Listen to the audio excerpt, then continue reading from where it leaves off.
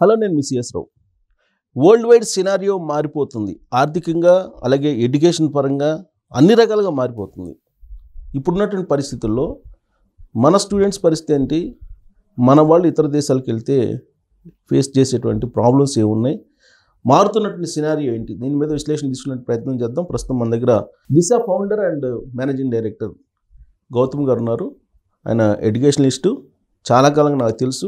రాబోయేటువంటి రోజుల్లో పరిణామాలు ఎలా ఉంటాయి అనేది ఎగ్జాక్ట్గా మీకు చెప్పగలిగినటువంటి పర్సన్ని నేను మీ ముందు ఉంచుతున్నాను. ఇప్పుడు ఆయనతో ఇంటరాక్ట్ అవ్వం. హలో గౌతమ్. నమస్కారం. నమస్తే. Doing good sir. ఏంటి దిశ అనేది ఒక ఫౌండేషన్ ఒకటి ఏర్పాటు చేసి, ఏంటి దాని టార్గెట్ ఏంటి సార్? ఒక రూరల్ బ్యాక్గ్రౌండ్ నుంచి రైతు కుటుంబంలో పుట్టి వ్యవసాయం చేసుకుంటూ, అదే రకంగా ఎడ్యుకేషన్కి చాలా ఇంపార్టెంట్ మా తాతగారు చెప్పిన విషయాలని మా నాన్నగారు కానీ ఇంట్లో ఉన్న వాళ్ళందరూ, చదువు కూడా ఇంపార్టెంట్, చదువుతో పాటు వ్యవసాయం అనేది కూడా మనకి అందుబాటులో తీసుకొని వచ్చి మన చిన్నప్పటి నుంచి మమ్మల్ని చాలా వరకు ప్రేరేపించారు. కాదు, ఈ మొత్తం ఎంటైర్ కెరియర్ స్టూడెంట్స్ తోటి కదా మీది. మళ్ళీ ఇప్పుడు అగ్రికల్చర్ రిలేటెడ్గా వచ్చారేంటి? అది ఎక్కడికి పోదు కదా సార్. మన బేసికల్గా మన బేసిక్స్ కదా అది. ఇండియా అంటే, మన ఊరు అంటే, మన పల్లె అంటే మొట్టమొదటిది మనకు అనిపించేది ఏంటి? మన పొలాలు, దాని యొక్క స్మెల్, పాడి పంట అన్నారు. అక్కడి నుంచి వచ్చిన పాలు, ఎర్ర పెరుగు, అన్నంలో మనం అందరం ఈరోజు జొన్నలు అవన్నీ ఆ రోజుల నుంచి కూడా ఉన్నాయి. ఎర్రటి పెరుగు, పిడకల మీద కాచినవి, ఇవే మనం వింటూ ఉన్నాం. ఈ మధ్య కాలంలో ప్రపంచం మొత్తం తిరిగి జన్మభూమి రుణం తీర్చుకునే కార్యక్రమం ఏంటి? ఒక రకంగా చెప్పాలంటే తీర్చుకోవాలి సార్. బయట ప్రపంచం తిరిగేసి వచ్చి అక్కడున్న డెవలప్మెంట్ని మనం చూసి మన యొక్క ప్రదేశంలో మనం డెవలప్ చేసుకోవాలి. అదే ఆలోచన. సరే, దిశ దాని గురించి సపరేట్గా పెట్టుకుందాం. ప్రపంచం మొత్తం తిరిగి వచ్చారు సార్, అనేక లక్షల మందికి కౌన్సిలింగ్ ఇచ్చారు, సార్, వాళ్ళకి గైడెన్స్ ఇచ్చారు సార్. ఇప్పుడు మారుతున్న సినారియో చూశారు కదా వరల్డ్ వైడ్ సార్. మరి ఇప్పుడు ఏం డైరెక్షన్ ఇస్తారు స్టూడెంట్స్కి? సార్, నేను ఒక పల్లెటూరు నుంచి, ఒక టౌన్ నుంచి ఒక సిటీలోకి వెళ్ళి, అది కూడా ఏంది, నేను ఆర్ట్స్ స్టూడెంట్ని గొప్పగా చెప్పుకుంటాను. అందరు ఈరోజు ఇంజనీరింగు, సైన్స్ వీటి మీద, నేను ఆర్ట్స్ స్టూడెంట్స్ని. ప్రపంచం నేను చదువుకున్నాను. మిగతా వాళ్ళందరూ ప్రపంచాన్ని చదవలేదు, వాళ్ళ సబ్జెక్ట్స్ని చదివారు. అదే అదే అదే అది కాక మానవ మనుగడ నుంచి కూడా నేను చదువుకున్నాను. రామకృష్ణ మిషన్ విద్యాపీఠ వివేకానంద కాలేజీలో నేను పట్టాభివృద్ధునయ్యాను. అదే రకంగా మెడ్రాస్ క్రిస్టియన్ కాలేజ్లో తాంబరం, చెన్నైలో, అక్కడ మాస్టర్స్ తెచ్చుకున్నాను. దాని తర్వాత 4 సంవత్సరాల్లో నా యొక్క ప్రణాళికతోటి ఎందుకంటే నేను ఆర్ట్స్ బ్యాక్గ్రౌండ్ కదా, మేనేజ్మెంట్లో ఒక అడుగుపెట్టి ప్రతి ఒక్క ఆ సేల్స్ కానీ, మేనేజ్మెంట్ కానీ, హెచ్ఆర్ కానీ, ఏదైనా కానీ ఆ డిపార్ట్మెంట్లో పనిచేశాను. అంటే సైకిల్ తొక్కడం అనేది నేర్చుకున్నాను, సైకిల్ తొక్కడం అనేది చదవలేదు. Practical experience. అబ్సల్యూట్లీ, డెఫినెట్గా సార్.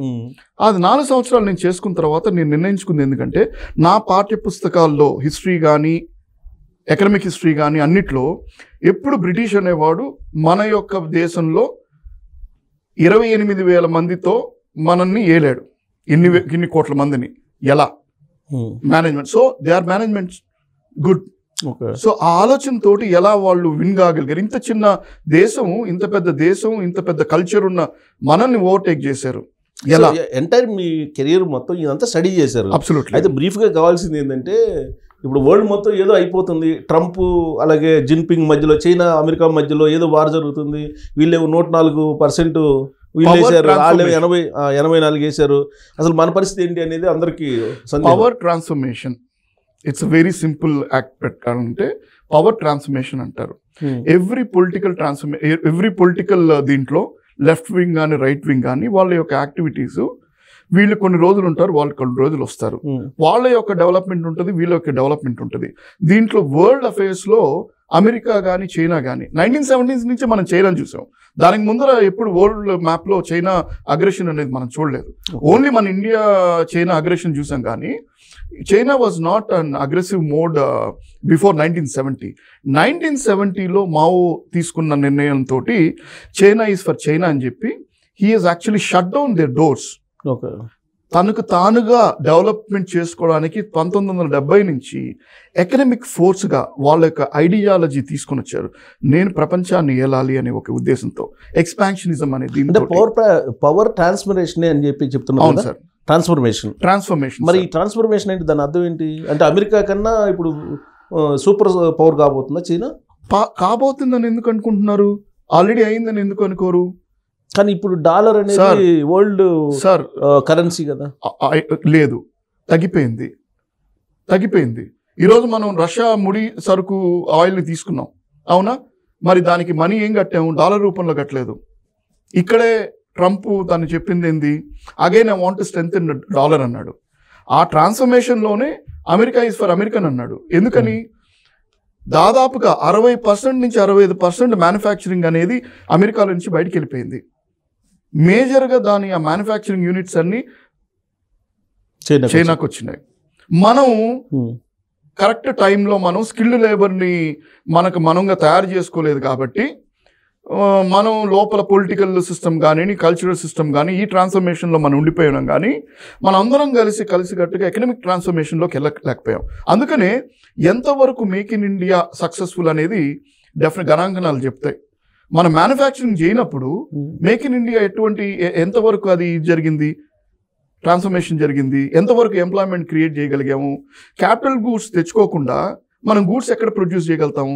ఈరోజు చైనా BYD అనే సంస్థ, ఏది ఎలక్ట్రిక్ మ్యానుఫ్యాక్చరింగ్, నవ్వేరు అందరూ చైనా గూడ్స్ అని.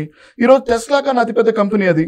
సేల్స్ కూడా వరల్డ్ వైడ్ గా అతి ఎక్కువ ఉన్నాయి. టెస్లా భయపడుతుంది ఈరోజు. ఎందుకని? విమర్శలు ఎన్ని ఉన్నా కానీ వాళ్ళు ఎకనామిక్ ట్రాన్స్ఫర్మేషన్ లో వాళ్ళు స్కిల్డ్ లేబర్ పెట్టుకొని every village is like a city sir. So ఇప్పుడు సరే, ఏ దేశం సంబంధించి ఆ దేశం చేశారు. ఇప్పుడు ఏం జరగబోతుంది ఈ వార్లో? ఇప్పుడు ట్రేడ్ వార్ అయితే స్టార్ట్ అయిందిగా. డెఫినెట్ గా సార్. అది ఎటు దారి తీస్తుంది? ఎస్, అంటే ఈ యొక్క చేంజెస్ లో ఇప్పుడు మనం డిపెండెన్సీ అనేది వాళ్ళు డిపెండెన్సీ అనేది తగ్గించుకోవాలని చూస్తున్నారు. America wanted to reduce the dependency so that I will manufacture, I will provide the jobs for the Americans, not for immigrants. Okay, immigrants transformation అయ్యి వీసాలు చేంజ్ అయ్యి దాని తర్వాత లోపల ఉద్యోగాలకు వచ్చి చీప్ లేబర్గా తయారవుతున్నారు. అందుకని మీరు ఈ మధ్య తీసుకుంటే చాలా వరకు మన ఉమ్మడి రాష్ట్రాల్లో తెలుగు విద్యార్థులు అమెరికా నుంచి వచ్చేస్తున్నారు, లేదంటే అమెరికా అంతా విద్యార్థుల్ని పంపించేస్తున్నారు. 120 మంది ఫ్లైట్లు చూశారు మీరు, వాళ్ళు డిపోర్టేషన్ చేశారు ఇవన్నీ అని. కానీ మనం ఈ విధంగా ఆలోచిస్తున్నాం, కానీ ఎందుకు జరుగుతుంది అనేది చాలా వరకు ఆలోచించట్లేదు.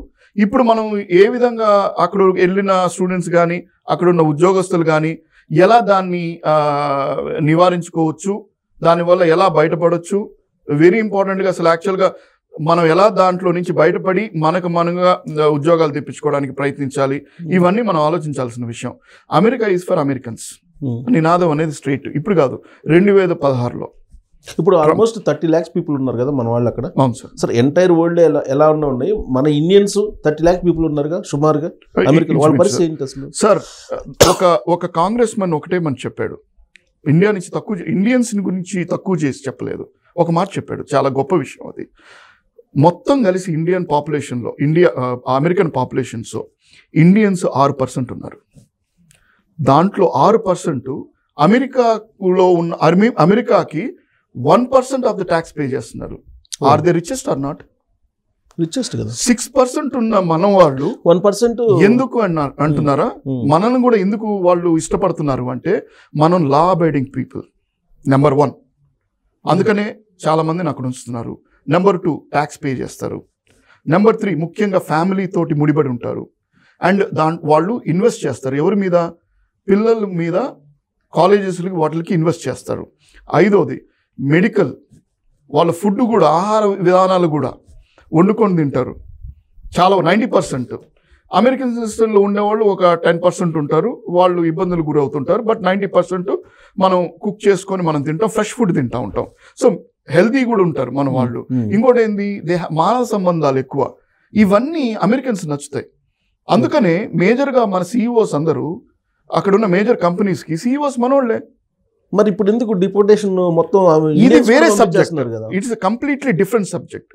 డిపోర్టేషన్ ఒక కంట్రీ చేయడానికి చాలా చాలా లాస్ అనేది ఒప్పుకోవాలి. ఇమిగ్రేషన్ లా అనేది చాలా చాలా టఫ్ అయిన విషయం. అది అమెరికాలో మానవ సంబంధాల విషయంలో ఇండియన్స్ మీద అంత పాజిటివ్ ఉంటే అమెరికాకి మరి ఎగ్జామ్షన్ ఇవ్వచ్చు కదా ఇండియన్స్ కి. ఏం ఎగ్జామ్షన్ ఇవ్వాలి అంటే ఇమిగ్రేషన్ పాలసీలో అదే సార్, ఏం ఎగ్జామ్షన్ ఇవ్వాలి? వాళ్ళకు ఒక పాలసీ ఉంది, ఒక లా ఉంది కాంగ్రెస్లో. వాళ్ళకి ఇంత పాపులేషన్, వాళ్ళు ఇంత పాపులేషన్ ఉండాలని చూసుకుంటారు. అంటే ల్యాండ్ మాస్ ఎక్కువ బట్ పాపులేషన్ తక్కువ. మనకేంది ల్యాండ్ మాస్ తక్కువ, పాపులేషన్ ఎక్కువ. మన పరిస్థితి ఏంది? పథకాలు వేరే వేరే రకంగా పాపులేషన్ మనం 1:1 డాక్టర్స్ని ఎంతమంది ఇవ్వగలుగుతున్నాము? అప్పటికీ మంది గొప్పదే, లేదని చెప్పట్లేదు. ఇంత మన రిసోర్సెస్ ఉండి మనం మేనేజ్ చేసుకోగలుగుతున్నాం. It's okay. బట్ అక్కడ వాళ్ళకి కొన్ని రూల్స్ ఉన్నాయి, ఆ లాస్ ఉన్నాయి. రూల్స్ కాదు, లాస్ ఉన్నాయి. ఆ లాస్ ప్రకారమే ఇమిగ్రేషన్స్ అనేది వాళ్ళు ఇంతమందిని లోపల తెచ్చుకుంటారు, ఇంతమందే కావాలనుకుంటారు, ఇంతమంది లేబర్తో పని చేయించుకుంటారు. ఇప్పుడు వాళ్ళకి ఏమైంది? దాదాపు ఒక 10-15 సంవత్సరాల నుంచి బయట నుంచి వచ్చిన ఇమిగ్రేషన్స్ అందరూ లోపలికి వచ్చి అక్కడున్న అమెరికన్స్, ఇంకోటి ముఖ్యంగా ఏంది, అమెరికన్స్ ఎడ్యుకేషన్ చాలా ఎక్స్పెన్సివ్. 16 ఏళ్ళ తర్వాత వాళ్ళు డబ్బులు కట్టుకొని వాళ్ళు చదువుకోవాలి. And it is very tough. వాళ్ళ స్కాలర్షిప్స్ కానీ మనలాగా కాదు. మనం ఉచిత విద్య, మన 10వ క్లాస్ దాకా గవర్నమెంట్ స్కూల్ ఉంది, ఇంటర్మీడియట్లో గవర్నమెంట్ స్కూల్ ఉంది, కాలేజు డిగ్రీ ఉన్నాయి, పీజీ ఉంది, డాక్టర్ దాకా ఉంది సార్. మనం పోవడం లేదు అక్కడికి, మన నామోషితో మనం చదువుకోవడం లేదు. అక్కడ అట్లా కాదు, ప్రతి ఒక్కరు డబ్బులు కట్టాలి. 16 ఏళ్ళ తర్వాత ప్రతి ఒక్కరు ఫుడ్కి డబ్బులు కట్టుకోవాలి. అండ్ సింగిల్ ఫ్యామిలీస్ ఎక్కువ ఉంటాయి. అండ్ చదివించుకోవడం చాలా టఫ్. అప్పటికి చదువుకొని కూడా చాలా మంచి దీంట్లో ఉంటారు, కానీ వాళ్ళకే జాబులు లేవు. మన వాళ్ళు కానీ బయట నుంచి వచ్చిన వాళ్ళు, చైనా కూడా, one more thing is that China is captured the innovative society. చైనాకు ఒక పాలసీ ఉంది, అమెరికాలో ఇన్నోవేటివ్ సొసైటీని క్యాప్చర్ చేసింది చైనా. అబ్సల్యూట్లీ. ఏం చేసింది? ప్రతి ఒక్క ఫ్యామిలీ నుంచి చైనా, అదే చెప్తున్నా, బిల్డప్ బిల్డ్ చేసుకుంది రీసెర్చెస్ని. వరల్డ్ వైడ్గా బెస్ట్ యూనివర్సిటీలో ఆ రోజు మన ఇండియాకి ఎట్లా తక్షశిలాకి వచ్చారో చైనీయులు, ఇక్కడి నుంచి నాలెడ్జ్ అనేది తీసుకుపోయారో, ఇప్పుడు ఆస్ట్రేలియా దాదాపుగా 33% అక్కడ ఉన్న యూనివర్సిటీలో చైనా అనేది ఇన్వెస్ట్ చేస్తుంది. అక్కడికి స్టూడెంట్ పంపిస్తుంది. రీసెర్చ్ చేసుకోవాలి. రీసెర్చ్ చేసుకొని కమ్యూనిస్ట్ కంట్రీ కాబట్టి కంపల్సరీగా తిరిగి రావాలి. లేదు అంటే ఫ్యామిలీ అనేది దక్కదు. ఇక్కడ మనం చేయలేము. నీ ఫ్యామిలీ కావాలి అంటే నువ్వు అక్కడ రీసెర్చ్ చేసుకొని వెనక్కి తిరిగి రావాలి. వాటి రీసెర్చ్ చేసుకొని పిహెచ్డి తీసుకొని ఇక్కడ ఇన్నోవేషన్ చేసుకుంటాడు. లేదు, I will sponsor you, you go there, you come back, your family is fine. Otherwise your family will not be there. No, I'm not ఊటే నేనేమి కథలు చెప్పట్లేదు. ఒకసారి చైనాకి వెళ్ళండి, అద్భుతం. ఎకనామిక్గా వాళ్ళ హాస్పిటల్స్ కానీ, వాళ్ళ యొక్క విలేజ్ డెవలప్మెంట్ కానీ 90% అందరూ పనిచేసుకుంటున్నారు. అమెరికన్ చెప్తున్నాడు. కానీ ఇప్పుడు చైనా కన్నా కూడా అమెరికా గురించి మన వాళ్ళు ఎక్కువ ఆలోచిస్తున్నారు కదా, అమెరికాకి ఎక్కువ పోతున్నారు కాబట్టి మన వాళ్ళు. నేను అదే అంటాను. నేను డెఫినెట్గా అది ఒక అంటే ఈజియెస్ట్ వే. అండ్ అక్కడికి వెళ్ళిన తర్వాత అక్కడ ఉన్న కంప్లైన్సెస్ అవన్నీ, వాటికి సంబంధించిన మానవ హక్కులు ఇవన్నీ సంబంధించిన చాలా కొద్దిగా వెసులుబాట్లు ఉంటాయి. యూరోపియన్ లాగా చాలా టఫ్ ఉండదు. యూరోపియన్లో మీకు అసలు గ్రీన్ కార్డ్ అక్కడ ఉండడానికి లేదు. ఇక్కడ సిటిజన్షిప్ ఇస్తారు. మీరు జర్మనీలో తెచ్చుకోండి. ఎందుకు స్వీడన్లో సిటిజన్షిప్ ఎందుకు ఇస్తారు మీకు? You are not eligible. కానీ ఇప్పుడు అమెరికా గ్రీన్ కార్డు ఉన్నా you are not eligible for member ఇది అంటుంది. రామస్వామి పౌరసత్వం కాదంటుంది. ఎవరు అంటే H1B ఉన్నా కానీ మీకు చల్లదు అంటున్నాడు. లేదు తర్వాత ఈ వీసాలు ఏవైతే స్టూడెంట్స్ వీసాలు చల్లంటున్నారు. హోమ్లాండ్ సెక్యూరిటీ ఎక్కడికక్కడ పట్టుకొని రద్దు చేస్తున్నారు. 100% సార్, రద్దు చేయట్లేదు. నిజంగా చెప్పాలంటే అది రద్దు చేయడం కాదు. ఇప్పుడు ప్రతి ఒక్కరు ఇది తెలుసుకోవాలి. యాక్చువల్గా ఇప్పుడు ఫర్ ఎగ్జాంపుల్ మనం యూనివర్సిటీకి ఎందుకు పోతాము? చదువుకోవడానికి వెళ్తాము. సరే, మనం చదువుకోవడానికి వెళ్తున్నాం, రైట్? యూనివర్సిటీ ఏం ఎక్స్పెక్ట్ చేస్తుంది? మీరు నేర్చుకోవాలని ఎక్స్పెక్ట్ చేస్తుంది, చదువుకోవడం కాదు. మన ఇండియన్ ఎడ్యుకేషన్లో చదువుకోవడానికి mind set. European education, American education ఏంది? నేర్చుకోవడం అనేది skilled. They want skilled labour. Okay, వాళ్ళేం డినై చేయడం లేదు. నేను ఒక చిన్న ఎగ్జాంపుల్ కేస్ స్టడీ చేస్తాం. మీరు కరెక్ట్ క్వశ్చన్ వేశారు. విద్యార్థులు అక్కడికి వెళ్ళారు, వాళ్ళ H1Bs ఏంది, లేదంటే ఇవన్నీ చేంజ్ అవుతున్నాయి, లేదంటే OPTs ఏంది అని. నేను ఈ మధ్య జస్ట్ నిన్న ఒక 3 days బ్యాక్ మిచిగన్ యూనివర్సిటీ, పేరు చెప్పకూడదు కాబట్టి స్టూడెంట్, మిచిగన్ యూనివర్సిటీ న్యూస్లో వచ్చింది కదా. అబ్సల్యూట్లీ ఒక స్టూడెంట్, ఆమె Andhra university one of the highest దాన్ని ఏమంటారు మార్క్స్. ఆమె వెంటనే వెళ్ళిపోయింది. 2 years అక్కడ MS చేసింది. Campus she's not eligible. Campus recruitment ఉంటుందా, అక్కడ కంపెనీస్ వస్తాయా, వాళ్ళని తీసుకోలేదు.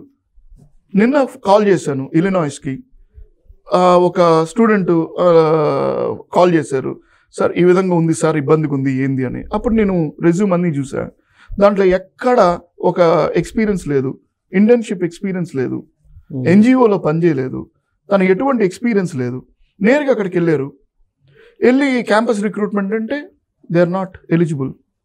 What any university in US or UK or Australia or Singapore or good universities around Europe countries expected you to have minimum 2 to 3 years of experience.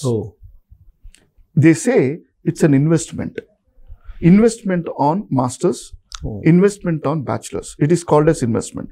వాళ్ళు college ముందరనే వాళ్ళకి ఏ student ఎవరు వస్తున్నారో వాళ్ళకి ఈ ఇన్వెస్ట్మెంట్ చార్ట్ అనేది ఇస్తారు. ఇన్వెస్ట్మెంట్ చార్ట్ అనేది మీరు ఎంత డబ్బులు కట్టారు, దానికి సంబంధించినంత వరకు మీకు ఎప్పుడు రిటర్న్ అవుతాయి, మీ చదువులో ఏం చదవాలి, ఇక్కడ ఏం నేర్పిస్తారు, మీకు ఇంటర్న్షిప్ ఎట్లా ఉంటుంది, ఎలా వస్తుంది, పెయిడ్ ఇంటర్న్షిప్పా, దాని తర్వాత మీకు క్యాంపస్లో ఎవరెవరు వస్తారు, ఏ కంపెనీ వస్తుంది అని ముందర ఇచ్చేస్తారు. దాని తర్వాత మెంబర్షిప్ అని ఉంటుంది, యూనియన్ మెంబర్షిప్ అని ఉంటుంది, ఎకనామిక్ ఫోరం మెంబర్షిప్ అని ఉంటుంది. వాటికి వీళ్ళందరూ ఎలిజిబిలిటీకి ఆ ఫోరంలో చేరాలి. మన వాళ్ళు వీళ్ళు సపరేట్గా తెలుగు యూనియన్ను, హిందీ యూనియన్ను, కన్నడ యూనియన్, తెలంగాణ యూనియన్లు, వీళ్ళకి NTR అంటే నేను పేరు ఉపయోగించుకోవద్దు కానీ సినిమా హీరోలు వీళ్ళు. దాని తర్వాత ఇంకోటి ముఖ్యమైన విషయం సార్, ఇది అందరికీ తెలియాలి. యాక్చువల్గా మీరు సోషల్ మీడియాలో ఉన్నారు అంటే, మీరు అంటే స్టూడెంట్ కానీ ఉద్యోగస్తుడు కానీ, that means America knows what you are doing. While you are entering, they will be having every information about you, your comments, your affirmations, మీరు ఫైట్స్, ఎవరిని కామెంట్ చేశారు, ఎలాంటి లాంగ్వేజ్ యూస్ చేస్తున్నారు అనేది వాళ్ళకి ఇన్ఫర్మేషన్ ఉంటుంది. If you are on internet, your Facebook, your Instagram, everything is open. నీ ఫోన్లో ఉంది, నేను 4 గోడల మధ్య ఉన్నాను, ఎవరికి తెలియదు అనుకుంటే అంతకన్నా ఫూలిష్నెస్ ఇంకోటి ఉంటుంది. ఇప్పుడు ఈ వీసాల రద్దంతా ఈ కార్యక్రమేనా? చాలా ఒక్కొక్కటి చెప్తున్నాను. ఓకే, కొంతవరకు సోషల్ మీడియాలో వీళ్ళు చేస్తున్న కామెంట్స్, ఉద్యోగం రావడానికి కూడా ఇది కూడా ఒక ఆస్కారం. ఎందుకంటే your behaviour is very important, your discipline is very important, how you are actually trying to pacify, how you are been with the people, are you empathic or not. మీ ఫేస్బుక్ ఓపెన్ చేస్తే తెలిసిపోతుంది కదా మీ comments ఏంటి, మీ యొక్క language ఏంటి. మన వాళ్ళ యొక్క లాంగ్వేజ్ మనకు తెలిసిందే. ఈరోజు ఇంటర్నెట్లో ఏ విధంగా రప్చర్ అవుతున్నారు. వీసా రాగానే ఎన్ని వాచ్ చేస్తుంటారు డెఫినెట్గా బిఫోర్ వీసా. కొన్ని యూనివర్సిటీస్ మీరు ప్రొఫైల్ కానీ, చాలామంది ఈ మధ్య నాకు దగ్గరకు వస్తున్న ఇవేంది అంటే, ఎందుకంటే మనం ఓవర్సీస్ ఎడ్యుకేషన్ కూడా చేస్తున్నాం కాబట్టి, ఓవర్సీస్ ఎంప్లాయ్మెంట్ చేస్తున్నాం కాబట్టి, వాళ్ళ గవర్నమెంట్స్ తోటి మనం, మరా ఏజెంట్స్ తోటి, లాయర్స్ తోటి మనం సత్సంబంధాలు ఉన్నాయి కాబట్టి, వాళ్ళ దగ్గర నుంచి వస్తున్న కేసులు ఏంటి అంటే, అయ్యా వీళ్ళకి ఈ యొక్క కాలేజీలో వాళ్ళకి ఇవ్వట్లేదు, మంచి కాలేజెస్లో వాళ్ళకి రావట్లేదు. ఎందుకు రావట్లేదు అంటే సోషల్ మీడియా బ్యాక్గ్రౌండ్ వెరిఫికేషన్ జరిగినప్పుడు వీళ్ళు ఏ విధంగా ఉన్నారు అనేది వాళ్ళు గమనిస్తున్నారు. వీళ్ళు వాచ్ చేసే videos everything is been watched sir. మీరు ఏ వెబ్సైట్లు ఓపెన్ చేశారు, వీళ్ళు ఫోన్ వెబ్సైట్లు చూస్తున్నారా, everything is known sir, everything is watched. If you are on internet, even a human being is on internet, and if you are actually doing, then means you are been watched. Internet లేకుండా అసలు mobile వాడుకునే ఎవరు లేదు కదా ఇప్పుడు. కానీ ఎలా వాడుకోవాలని తెలియడం లేదు కదా మనకి. మనం ఇన్వెన్షన్ చేయింది మనం ఎలా వాడుకోవాలో తెలియదు కదా. సో ఆ విధంగా స్టూడెంట్ విషయంలో కూడా ఈరోజు మీకు OPT విషయం నుంచి ఈరోజు ఇన్ఫర్మేషన్ చెప్తున్నాను. ఈరోజు మీరు అడిగారు కాబట్టి చెప్తున్నాను. అటర్నీలో బిల్ ఇంట్రడ్యూస్ చేసింది, అవునా? ఓపీటీ అవునా? సో దానికి పరిస్థితి ఏంది అని చెప్తాను చూడండి మీకు. బేసికల్గా ఏంది అంటే ఓపీటీ అనేది ఏంది, స్టూడెంట్ ఇప్పుడు ఫర్ ఎగ్జాంపుల్ May 4th చాలామంది విద్యార్థులు బయటకు వస్తున్నారు, ఇది MS అయిపోయి. ఆ పర్టికులర్ దీంట్లో ఈ పోస్ట్ స్టడీ రైట్, ఆ స్టూడెంట్ దీంట్లో 3 months అనేది వాళ్ళు ఎక్కడొక్కడ జాబ్ చేయాలి, ఏదో ఒక రకంగా ట్రైనింగ్ పీరియడ్. 3 months ఆ వీసా ట్రాన్స్మిషన్ అయితే 3 months తర్వాత వాళ్ళకి. సో ఈ 3 months అనేది ఆ పీరియడ్ ఇస్తారు వీళ్ళకి. ఓపీటీ వాళ్ళకి 1 year ప్లస్ స్టెమ్ వాళ్ళకి 2 years ఇస్తారు వీళ్ళకి యాక్చువల్గా. ఇంతకుముందు ఉంది ఎగ్జాక్ట్లీ. ఇప్పుడు ఉంది సార్, అదే ఉంది. వాళ్ళు ఏమంటున్నారు, ఓపీటీని తీసేస్తున్నారు, ఆ ట్రైనింగ్ పీరియడ్ వద్దు అంటున్నారు, ఒక దీంట్లోకి వెళ్దాం అంటున్నారు కాంగ్రెస్ లో. Let us go with the skill లేకుండా అసలు 3 years కాదు సార్, 3 months. 3 months పీరియడ్ ఒకటి ఉంటుంది వాళ్ళకి. అదే చదువుతున్నాను చూడండి. ఇది ఏంది గణాంకనాలు చూస్తే చాలా వెరీ ఫనీ యాక్చువల్గా. ఏమంటున్నాడు ఈయన, bill to eliminate the optional practical training. OPT అంటే ఆప్షనల్ ప్రాక్టికల్ ట్రైనింగ్ అనేది. దీంతో చాలా మంది కన్సల్టెంట్లు మన స్టూడెంట్ ద్వారా లబ్ధి పొందుతున్నారు అక్కడ. అర్థమైందా? సో దాన్ని కాంగ్రెస్ వాళ్ళు తీసేశారు. ఇప్పుడు ఆ బిల్లు కూడా చేసింది అదే, ఇది అవసరం లేదు అంటే. ఓపీటీ రద్దు అని అంటే ఆల్మోస్ట్ వీళ్ళకి 3 years లేనట్టే. ఏం లేదు, 3 months అనేది ఇంటర్న్షిప్ లాగా సార్. 3 months ఇంటర్న్షిప్ లాగా వర్క్ ఎక్స్పీరియన్స్ తెచ్చుకోవడానికి. ఎందుకు అంటే మన వాళ్ళు, నేను ఇందాక చెప్పాను కదా, ముందర వర్క్ చేసి వచ్చుంటే ఆ ఎక్స్పీరియన్స్ తోటి డైరెక్ట్గా క్యాంపస్ రిక్రూట్మెంట్ అవుతుంది, కంపెనీస్ కూడా తీసుకుంటాయి, వీళ్ళు సైకిల్ తొక్కగలరు, కంపెనీస్ కెన్ హైర్ యూ. ఇప్పుడు ఈ బిల్లు ద్వారా ఏంటి అసలు ఈ 3 years పోతుందా? ఉంది 3 years ఉంది. ఈ 3 years ని ఏమి డిస్టర్బ్ చేయట్లేదు, అదే తప్పు. ఓపీటీ అంటే ఆప్షన్, ఇదే చెప్తున్నాను కదా మీకు, ఆప్షనల్ ప్రాక్టికల్ ట్రైనింగ్ అనేది ఎవరికి? వీళ్ళు ఎక్స్పీరియన్స్ లేని వాళ్ళకి. నీకు ఎక్స్పీరియన్స్ ఉందని క్యాంపస్లో మీకు రిక్రూట్మెంట్ అనేది తీసుకుంటుంది, వీళ్ళని తీసుకోవట్లేదు, బయటకు వస్తున్నారు. ఆ ఓపీటీ అనేది వాళ్ళు చేయాలి. కన్సల్టెంట్లు ఏం చేస్తున్నారు, మనీ అనేది రొటేషన్ తీసుకొని వాళ్ళకి ఒక శాలరీ లాగా పెట్టి ఈ 3 months రొటేట్ చేస్తున్నారు. అంటే ఇప్పుడు మన వాళ్ళు ప్రాజెక్ట్ రిపోర్ట్ చేసినట్ట, ప్రాజెక్ట్ గారు ఇంటర్న్షిప్ చేస్తున్నారు, పెయిడ్ ఇంటర్న్షిప్. ఇక్కడ ఇంటర్న్షిప్ చేస్తుంటారు కదా. అబ్సల్యూట్లీ. ఇది OJT అంటారు, ఆన్ జాబ్ ట్రైనింగ్ అలాగా. కానీ ఓపీటీ అంటే చాలా మంది ఏమనుకుంటున్నారంటే ఇది అక్కడ లోకల్గా జాబ్స్ చేసుకోవడం, దానికి అక్కడుండే ప్రభుత్వం కల్పించినటువంటి ఒక సౌకర్యం కింద భావిస్తున్నారు. సౌకర్యం కాదు, వీళ్ళకి ఎక్స్పీరియన్స్ లేదు, ఎక్స్పీరియన్స్ రావాలి. ఆ 3 months ఇచ్చారు ఇన్ని రోజులు. ఓకే, ఇప్పుడు ఏమంటున్నాడు, మీరు ఎక్స్పీరియన్స్లో ఉండండి, ఎక్స్పీరియన్స్లోకి రండి, మీరు MS చేసుకోండి, దాని తర్వాత క్యాంపస్ రిక్రూట్మెంట్లో జాబులు తెచ్చుకోండి. ఇది ఫస్ట్ నుంచి ఉంది. ఆ వెసులుబాటు అనేది మనకి ఈ ఎక్స్పీరియన్స్ లేని వాళ్ళకి చేసింది అది. దాంతో ఏం చేస్తున్నారు, చీప్ లేబర్ని తీసుకొని వచ్చి లోపల అమెరికన్ కంపెనీస్ లోపలికి పెడుతున్నారు. అక్కడున్న అమెరికన్స్ పరిస్థితి ఏంది, ఆల్రెడీ వాళ్ళకి జాబులు రావట్లేదు. అంటే వీళ్ళు పర్టికులర్ జాబ్సే చేయాలి, అంతే కదా, చేయడానికి లేదు కదా ఈ ఓపీటీ. అంతే కదా, మీ సబ్జెక్ట్ దీంట్లో డొమైన్ ఏముందో అది చేయాలి. సో ఈ రిస్ట్రిక్షన్స్ పెట్టినప్పుడు వీళ్ళు ఇప్పటివరకు మన వాళ్ళు ఏం చేస్తున్నారు, అక్కడికి వెళ్ళి ఏదో జాబ్స్ చేసుకుంటూ H1B కోసం ట్రై చేసుకుంటూ ఏదో నడుపుస్తున్నారు అక్కడ. అబ్సల్యూట్లీ. మరి ఇప్పుడు పరిస్థితి ఏంటి సార్? సరైన పద్ధతిలో వెళ్ళాలి, with minimum 2 to 3 years of experience. Number 1, 2 to 3 years of experience వెళ్ళాలి, కంపెనీ ఎక్స్పీరియన్స్ తోటి అక్కడికి వెళ్ళాలి. అబ్సల్యూట్లీ. ఎగ్జాక్ట్లీ. Absolutely sir. మన ఇంతకుముందు కూడా ప్రాబ్లం లేదు, ఆ విధంగా చేసి వెళ్ళే వాళ్ళకి. ఈ కన్సల్టెంట్లు చెప్పట్లేదు. ఎందుకు చెప్పట్లేదు? వీళ్ళు వినట్లేదు, పేరెంట్స్ వినట్లేదు. దానికి ఒక కారణం కూడా ఉంది. దాదాపు 10 సంవత్సరాల నుంచి మనకిద్దరికి తెలుసు, ఉమ్మడి రాష్ట్రంలో మనకి క్యాపిటల్ లేకుండా, రాష్ట్రం లేకుండా, ఒక రాష్ట్రం క్యాపిటల్ లేకుండా, దానికి ఎటువంటి హోదాలు లేకుండా, ఇండస్ట్రీలు రాకుండా, అట్లీస్ట్ ఇండస్ట్రీ ఈ రోజు పెడితే మనం డౌన్ ద లైన్ 3 to 5 yearsకి మనకు ఆ రిజల్ట్ వస్తుంది, ఎంప్లాయ్మెంట్ అనేది క్రియేట్ అవుతుంది. సో ఇప్పుడు అమెరికా వెళ్ళాలంటే ఇక్కడ జాబ్ చేసిన తర్వాత వెళ్ళమంటారా?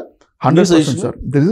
This is been BTech suggested అయిపోయిన తర్వాత. Absolutely sir. కానీ ఇప్పుడు మన వాళ్ళు బీటెక్ థర్డ్ ఇయర్ నుంచే ట్రై చేస్తున్నారు Try అక్కడికి చేస్తున్నారు. వెళ్ళడానికి. అందుకని ఇప్పుడు వాళ్ళందరూ అవస్థ పడుతున్నారు, వాళ్ళకి జాబులు లేవు. సో ఇప్పుడు మారిన పరిస్థితుల దృష్ట్యా ఆ విధంగా వెళ్తే బెటర్ అంటారు అక్కడ. డెఫినెట్గా సార్.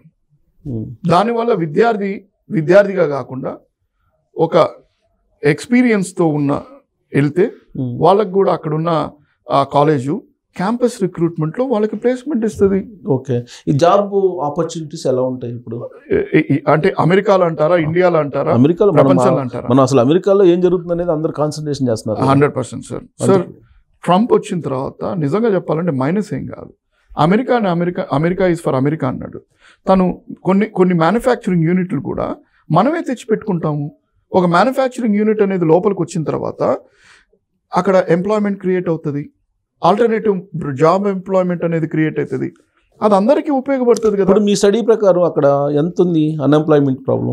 ఇప్పుడు మన వాళ్ళు అన్ఎంప్లాయ్మెంట్ అనడం కన్నా ఈ రోజు వచ్చిన ఓపీటీ గణాంకనాలు చెప్తాను మీకు. The Indian student contingent is the largest. ఎంత? 3.3 lakhs right now from 2023 to 2024. అంతే ఈ మధ్య కాలంలో. With currently 97,556 undergoing OPT. అంటే ఆల్మోస్ట్ 4.5 lakhs చేసుకోండి. అంటే 1,00,000 మంది ఓపీటీలోకి ఇదైనారు, వాళ్ళు జాబ్ చేసుకుంటున్నారు ఓపీటీలో. అక్కడ మీకు 2023, 2024. సో 1,00,000 మంది వీళ్ళు బయటకు వస్తారు ఓపీటీ నుంచి.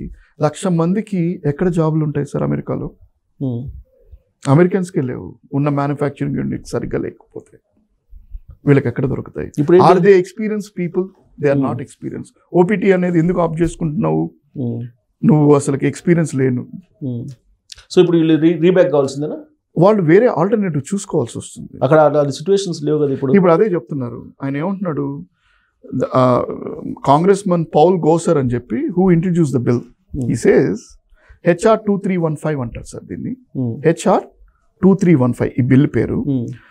ఆయన ఏమంటాడు, the OPT program completely under cuts American workers, particularly high skilled workers and recent college graduates by giving employers a tax incentives to hire inexpensive foreign labor under the guise of student training. So నా కంట్రీలో నా సిటిజన్కి నాకు ఉద్యోగం లేదు, నేను దాన్ని చూసుకోవాలా? బయట నుంచి వలస వచ్చిన వాళ్ళు ఇక్కడ చదువుకోవడానికి వచ్చారు, వాళ్ళకి నేను చూపించుకోవాలా? మీరే చెప్పండి, ఒక దేశ అధ్యక్షుడు అయితే మీరు మీ యొక్క సొంత రాష్ట్రంలో కానీ అక్కడ కానీ అన్ఎంప్లాయ్మెంట్ వస్తే మీరు వేరే దేశం నుంచి తీసుకొని వచ్చి ఎంప్లాయ్మెంట్ ఇస్తారా, లేదా మీ దేశానికి మీ యొక్క ప్రజలకి ఎంప్లాయ్మెంట్ ఇస్తారా? మనం ఎవరికి వాళ్ళే మన వాళ్ళకి ఇస్తారు అనుకుంటారు. సో అమెరికా చేస్తున్నది ఎక్కడ తప్పు? మన దగ్గర ఉద్యోగాలు, మన దగ్గర ఉన్న రిసోర్సెస్ని ఉపయోగించుకోకుండా, మనకున్న సోర్సెస్ని మనం ఉపయోగించుకోకుండా అక్కడికి వెళ్ళి మనం ఎక్కడికెక్కడికో వెళ్ళి అక్కడ డాలర్ డ్రీమ్స్ తోటి, డ్రీమ్స్ రియాలిటీలో కూడా కాదు, డ్రీమ్స్ తోటి మనం వెళ్ళడంలో తప్పు లేదు. కొన్ని పొలిటికల్ పాలసీస్ కానివ్వండి, లేదంటే అక్కడున్న సహకారం ఎంటర్ప్రెన్యూర్స్కి పర్టికులర్గా. మీరు అమెరికాకి వెళ్ళాలంటే నేను ఎప్పుడు చెప్తా, చదువుకొని ఎంటర్ప్రెన్యూర్ కాండి అంట.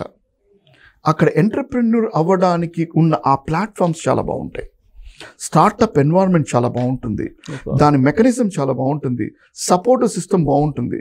H1 వచ్చిన వాళ్ళు కంపెనీని స్టార్ట్ చేసి వాళ్ళు ఒక ఫ్యాక్టరీనో లేదంటే ఏదో ఒక బిజినెస్నో స్టార్ట్ చేయొచ్చు అని ఎంతమందికి తెలుసు? మరి ఎందుకు చేయలేకపోతున్నారు? మనం ఎంతసేపటికి చాచి ఉద్యోగమే అడుగుతున్నాం, కానీ మనం యాక్చువల్గా క్రియేట్ చేసే ఐడియాని, మనం యాక్చువల్గా అక్కడున్న రిసోర్సెస్ని, స్టార్టప్కి సంబంధించిన సపోర్ట్ సిస్టమ్ని మనం తీసుకొని అక్కడున్న industry, sir commerce industry, CII ఉంది మనకు తెలుసు కదా, కన్ఫెడరేషన్ ఆఫ్ ఇండియన్ ఇండస్ట్రీ. మన ఇక్కడ ఉన్న స్టూడెంట్ ఎవరైనా ఆ మొహాన్ని చూసారా సార్? దాని పేరే తెలియదు, తెలియదు. అట్లీస్ట్ అక్కడికి వెళ్ళి అమెరికన్ చేంబర్ ఆఫ్ కామర్స్ అని ఉంది, అక్కడికి వెళ్ళి అయ్యా నేను ఇక్కడ నుంచి వచ్చాను, ఇక్కడ నేర్చుకుంటున్నాను, నాకేమి యాక్చువల్గా ప్రొవిజన్స్ ఉన్నాయి, నేనేమన్నా ఇట్లా వీసా చేంజ్ చేసుకోవచ్చా? లేదు ఒక ఇమిగ్రేషన్ ఆఫీసర్, ఇమిగ్రేషన్ లాయర్ని పట్టుకొని అయ్యా నేను ఇక్కడికి వచ్చాను, స్టూడెంట్ వీసా మీద ఏదో వచ్చాను, ఓపీటీ వచ్చింది, 2 సంవత్సరాలు ఉంటాను, లేదు స్టెమ్ మీద ఉంది 3 సంవత్సరాలు ఉంటున్నాను, నేను చదవడం ఇక్కడ ఉద్యోగం ఒకటే కాదు, వేరేది ఏమన్నా ఆల్టర్నేటివ్గా నేను ఇక్కడ చేయొచ్చా అంటే నా ఐడియాని పనిచేసుకోవడానికి నా శక్తి ఉపయోగించుకొని నా యుక్తిని ఉపయోగించుకొని వేరే ఆల్టర్నేటివ్గా చేయొచ్చా అని ఎవరైనా క్వశ్చన్ చేశారా?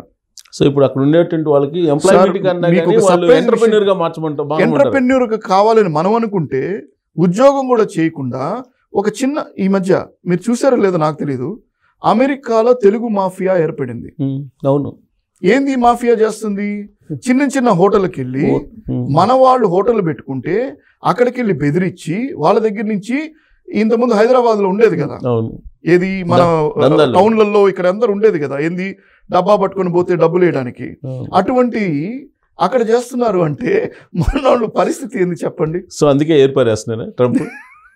చాలా వరకు అదొకటే, అది కూడా వీళ్ళు మన ఇండియన్స్ సార్, మన ఇండియన్స్నే కాదు, మెక్సికన్ ని కెనడియన్స్ ని కూడా ఎవరెవరు వాళ్ళు మీరి అంటే వీసా దీని నామ్స్ మీరి ఉన్నారో వాళ్ళందరినీ తీసి బయటికి వేస్తుంది.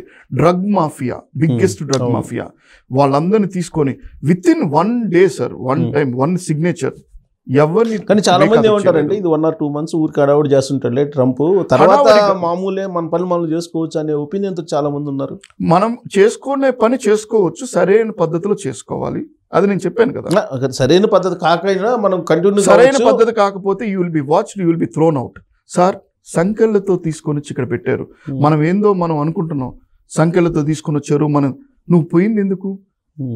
పాస్పోర్ట్ టైం అయిపోయింది, పాస్పోర్ట్ పడేసావు, తిరుగుతున్నావు, ఆడ్ జాబ్స్లో గ్యాస్ స్టేషన్లో పని చేసుకుంటున్నావు, వాళ్ళకి ఉద్యోగాలు లేవు, నువ్వు వెళ్ళావు, నువ్వు $5 పని చేయవు, $2 పని చేస్తావు, అవునా కదా? మరి అలా విధంగా ఉన్నప్పుడు వాళ్ళ పాలసీలో లాస్ ఒప్పుకో కదా. 14 hours 15 hours కూడా పని చేస్తున్నారు, అవసరమైతే 18 hours కూడా పని చేస్తున్నారు, 24 గంటలకు పని చేసిన వాళ్ళు కూడా ఉన్నారు, కష్టపడుతున్నారు. వేరే విషయం, ఎలా కష్టపడుతున్నావు? రాంగ్ రూట్ లో కష్టపడుతున్నావు, రైట్ రూట్ లో కష్టపడుతున్నావు. కానీ ఇప్పుడు చాలా మంది ఉంది ఇల్లీగల్ ఇమ్మిగ్రెంట్స్ కానీ లేదంటే అక్కడ లాస్ కి భిన్నంగా ఉన్నటువంటి వాళ్ళు చాలా మంది ఉన్నారు అక్కడ. ఆల్మోస్ట్ ఒక ఎక్కువ మంది, దాదాపు ఒక 12 లక్షల మంది 13 లక్షల మంది ఏదో చెప్తున్నారు. ఇప్పుడు వాళ్ళందరూ ఏమనుకుంటారంటే చాలా మంది పట్టుకున్న వాళ్ళు పట్టుకుంటున్నారు, మిగతా వాళ్ళు మనం సేఫ్గా ఉండొచ్చు అనుకుంటున్నారు. వాళ్ళకి ఏం చెప్తారు? ఏం లేదు, ప్రతి ఒక్కరికి వాచ్ డాగ్ ఉంటుంది సార్, వాళ్ళకి దే నో ఎవ్రీవేర్. అంటే కొత్తగా వచ్చాడు కదా ప్రెసిడెంట్ గా, ఆయన ఏదో అడవాడు చేసుకుంటే రెండోసారి, సెకండ్ టైమే, ఫస్ట్ టైమే చాలా క్లియర్ గా చెప్పాడు ఇది 2020 పాలసీ, ఓపీటీ పాలసీ. ఈ రోజు కాంగ్రెస్ లో ప్రవేశపెట్టిన లా 2020లోనే ప్రవేశపెట్టాల్సింది, డెమోక్రాటిక్ పార్టీ వచ్చి దాన్ని ఆపింది. సో ఎవరిని వదలడు, డెఫినెట్ గా లేదు. ఇది కాన్గోయింగ్ ప్రాసెస్, ఇది అంటే ఈ ప్రక్షాళన చేసుకుంటున్నాడు. అదే ఇప్పుడు ఈ ఇల్లీగల్ ఇమ్మిగ్రెంట్స్ డెఫినెట్ గా ఈ లాకి ఉపయోగ అనేటువంటి వాళ్ళని ఏర్పారేసే పంపించేస్తున్నాడు కదా, క్లియర్ కట్ పంపించేశాడు కదా. సో ఎకనామిక్ గా ఇంకోటి చెప్తున్నాను, హీస్ ఫర్ ఫారిన్ ఎయిడ్ అనేది కాన్సెప్ట్ ని తీసేసి హీ రిమూవ్ దట్ ఎయిడ్ అని ఒకటే అన్నాడు. ఇండియన్ ఎలక్షన్ లో నా డబ్బులు పెట్టి నా ప్రజలకు పెట్టుకోవచ్చు, ఇక్కడ ఖర్చు పెట్టి ఈ ఎలక్షన్ లో పెట్టడం ఏంది? నేను ఎంప్లాయ్మెంట్ క్రియేట్ చేసుకుంటాను, నేను హెల్త్ పాలసీని క్రియేట్ చేసుకుంటాను. ఇదేంది, ఇది UN లో చైనా వచ్చి $500 ఇస్తే నేను $10,000 పంపిస్తున్నాను, నాకు అవసరం లేదు UN అన్నాడు. అదే ఇప్పుడు WHO వద్దన్నాడు. ఏం చేస్తున్నాడు?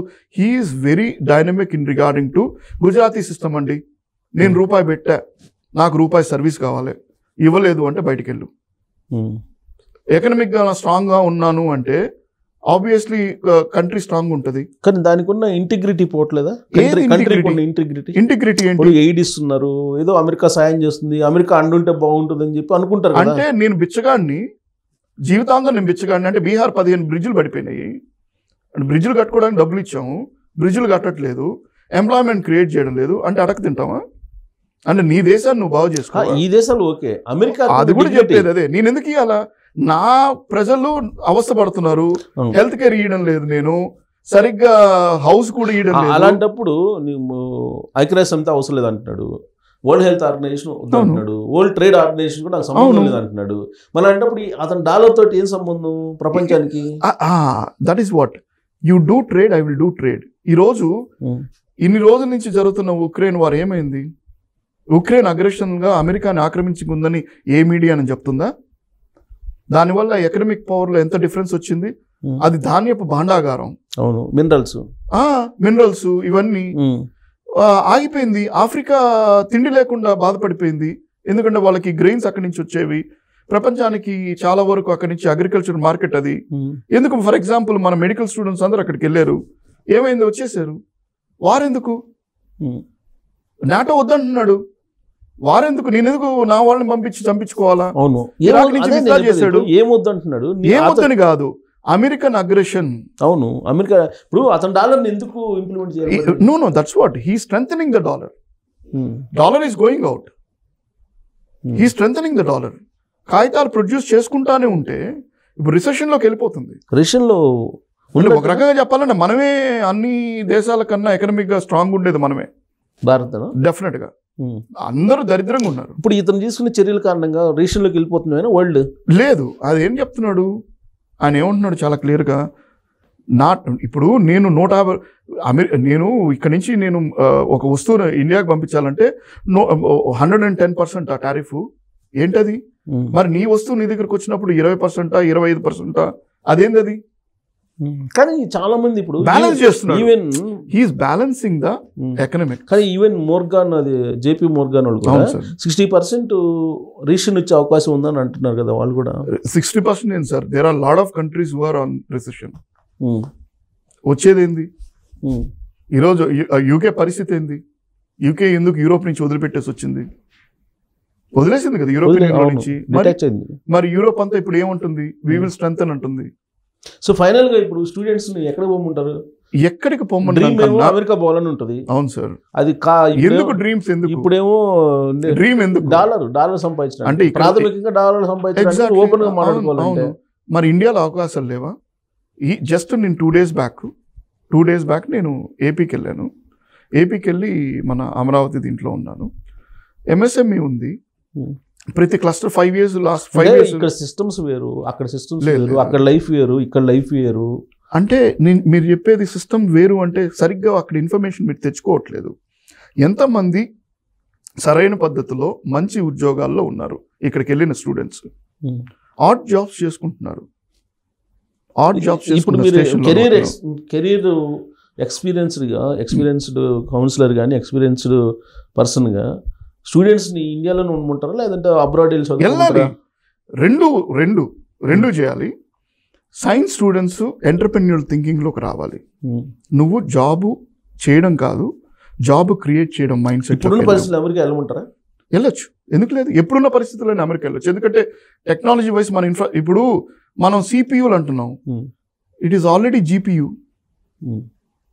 మనం సిపియూ అనేది జీపీయూలోకి వచ్చాం. ఇట్ ఈస్ ఏఐ, ఎన్విడియా ఉంది, ఏఐలోకి వచ్చింది. మనం ఎక్కడున్నాము? 22 లక్షలు పెట్టి మనం సిస్టమ్ కొనుక్కోగలుగుతున్నామా?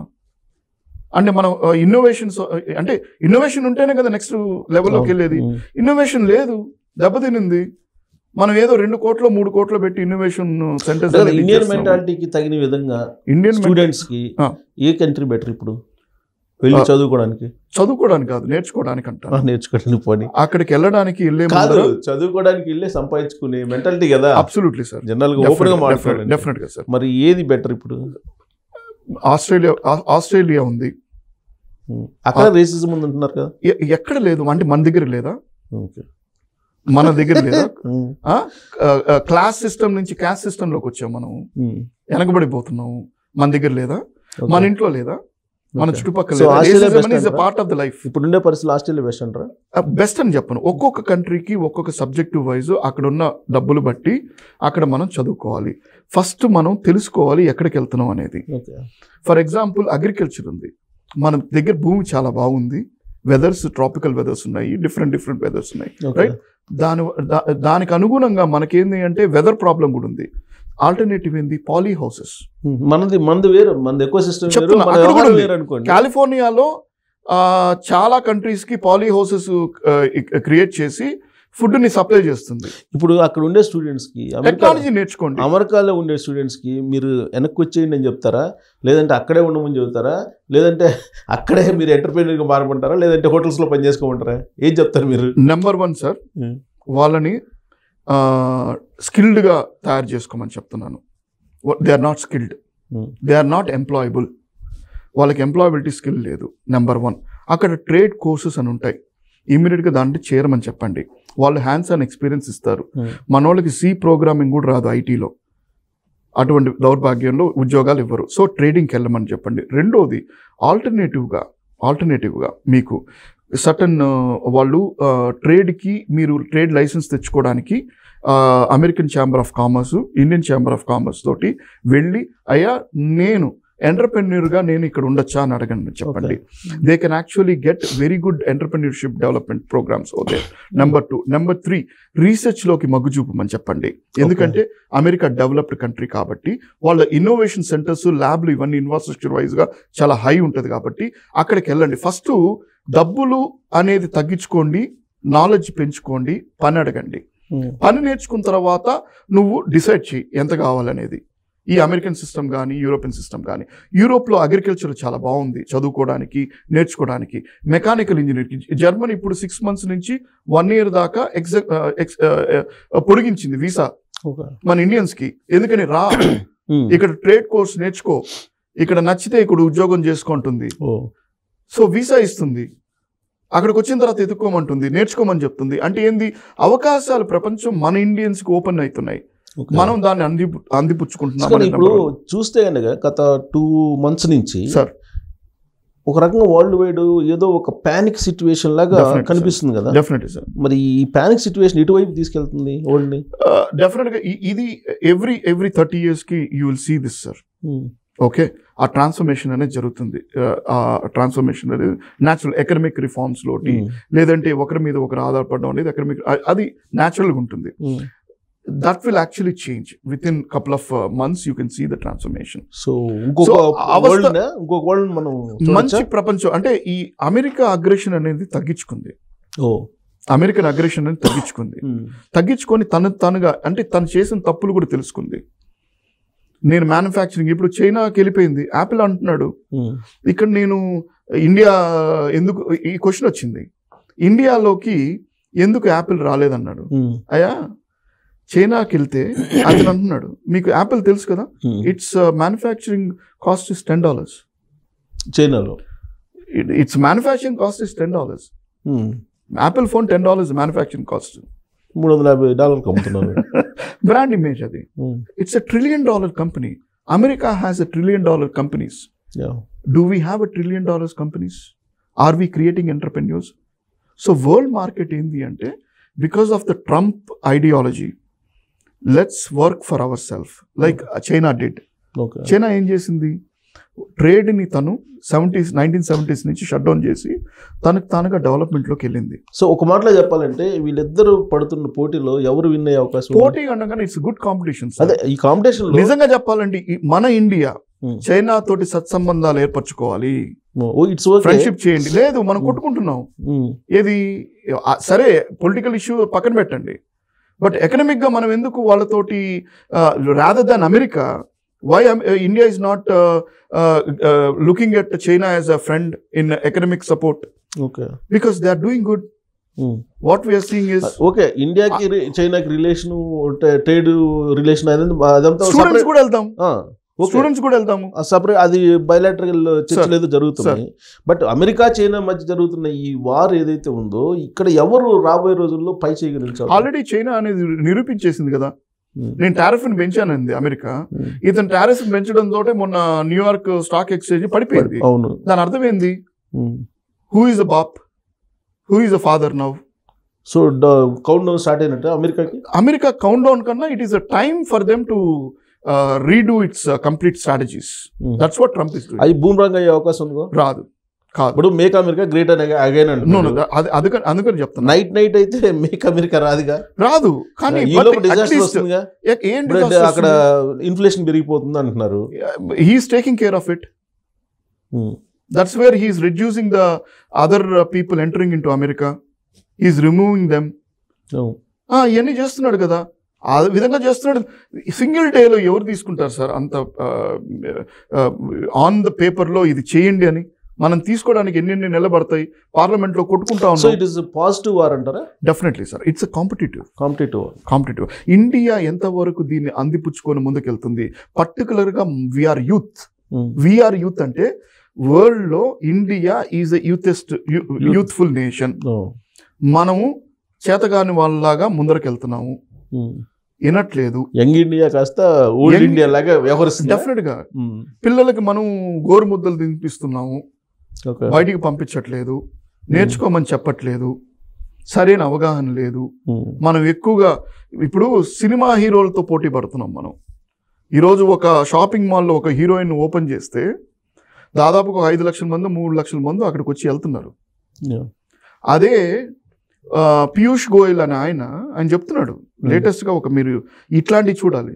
మనము మేక్ ఇన్ ఇండియా లేదు స్టార్టప్ అని చెప్పి స్విగ్గీ జొమాటోని మనం యాప్గా ఇచ్చేసి రిచ్ పీపుల్ అఫోర్డబుల్ పీపుల్కి మనం ఎంప్లాయ్మెంట్ క్రియేట్ చేసి వాళ్ళకి ఫుడ్ అందజేయడానికి యాప్ క్రియేట్ చేసాం. కానీ అదే స్టార్టప్ ఒక మంచి ఎలక్ట్రిక్ కారు లేదు, స్కూటర్సో లేదు, ఇండస్ట్రీకి సంబంధించిన శాటిలైట్ డిజైనింగో ఇలాంటివి మనం స్టార్టప్కి చేసుకోకుండా చైనా చేసుకుంటుంది. మనం ఏం చేస్తున్నాము, వీఆర్ క్రియేటింగ్ మోర్ లేబర్, అంటే స్లేవ్ లేబర్. రిచ్ పీపుల్కి అఫోర్డబిలిటీలో అంటే 15,000 నేను పెట్టుకోలేను సొంత మనిషిని, జెప్టో లేదంటే జొమాటో ఊబర్ని పెట్టుకొని 15 రూపాయలు 20 రూపాయలు 30 రూపాయలు ఇచ్చుకొని మన ఇంటికి ఫుడ్ తెచ్చుకుంటున్నాం. వాళ్ళకి cheap labour. Absolutely sir. So ఇది ఇలా మనం ఎలా వెళ్తున్నాం డైరెక్షన్లోకి, రివర్స్ డైరెక్షన్లో వెళ్తున్నాం. డెఫినెట్గా సార్. సో ఇది ఇండియా ఆలోచించుకోవాల్సిన తరుణం. ఖచ్చితంగా ఇండియా యూత్ ఆలోచించాల్సిన విషయం. రైట్ అండి. థ్యాంక్ యూ గౌతమ్ గారు, థ్యాంక్ యూ. సో రాబోయే రోజుల్లో ఒక పాజిటివ్ కాంపిటీషన్ అయితే జరుగుతుంది అమెరికా చైనా మధ్య. ఇది యంగ్ ఇండియాకి కలిసి వచ్చేటువంటి గోల్డెన్ పీరియడ్. దీన్ని ఎలా యూటిలైజ్ చేసుకుంటారు అనేది ఇండియాలో ఉండేటువంటి స్టార్టప్స్ ఆలోచించాలి. Thank you.